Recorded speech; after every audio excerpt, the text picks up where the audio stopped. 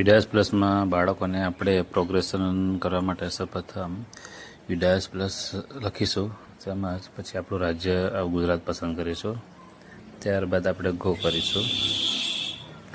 તેમજ પછી આપણે યુઝર આઈડી અને પાસવર્ડ નાખીશું. ત્યારબાદ કેપ્ચર કોડ નાખીશું.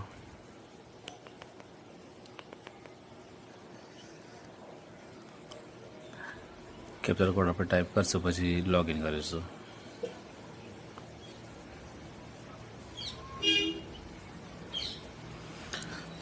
લોગિન કર્યા બાદ આપણે 2025-26 પર ટીક કરીશું. ત્યાર પછી આવે છે એને ક્લોઝ કરીશું અને ત્યારબાદ પછી પ્રોગ્રેશન લખ્યું છે તેનું પ્રોગ્રેશન તેના પર ટીક કરીશું. ત્યારબાદ જે પ્રોગ્રેસ મોડ્યુલ ગો પર ટીક કરીશું.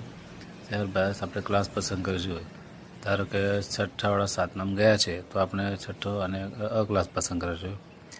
ત્યારબાદ જ્યારે આપણે જે તે બાળકનું નામ આવશે તેમાં આપણે જોઈએ પ્રમોટેડ પાસ એક્ઝામિનેશન, એના ટકા કેટલા આવ્યા છે તે આપણે લખવાનું છે. નંબર ઓફ ડે સ્ટુડન્ટ એટલે હાજર દિવસો આપણે લખવાના છે.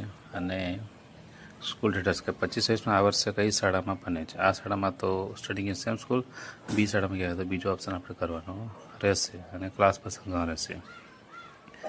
ત્યારબાદ એને અપડેટ આપવાનો રહેશે. એ રીતે આપણે દરેક સ્કૂલનું અપડેટ આપીશું અને પછી આખો ક્લાસ માર્ક કરીને થઈ જાય ત્યારબાદ આપણે એને જે તે વર્ગનું ફાઇનલાઇઝ આપવાનો રહેશે. એ રીતે આપણે આખી સ્કૂલના બાળકોને અપડેટ કરવાના રહેશે.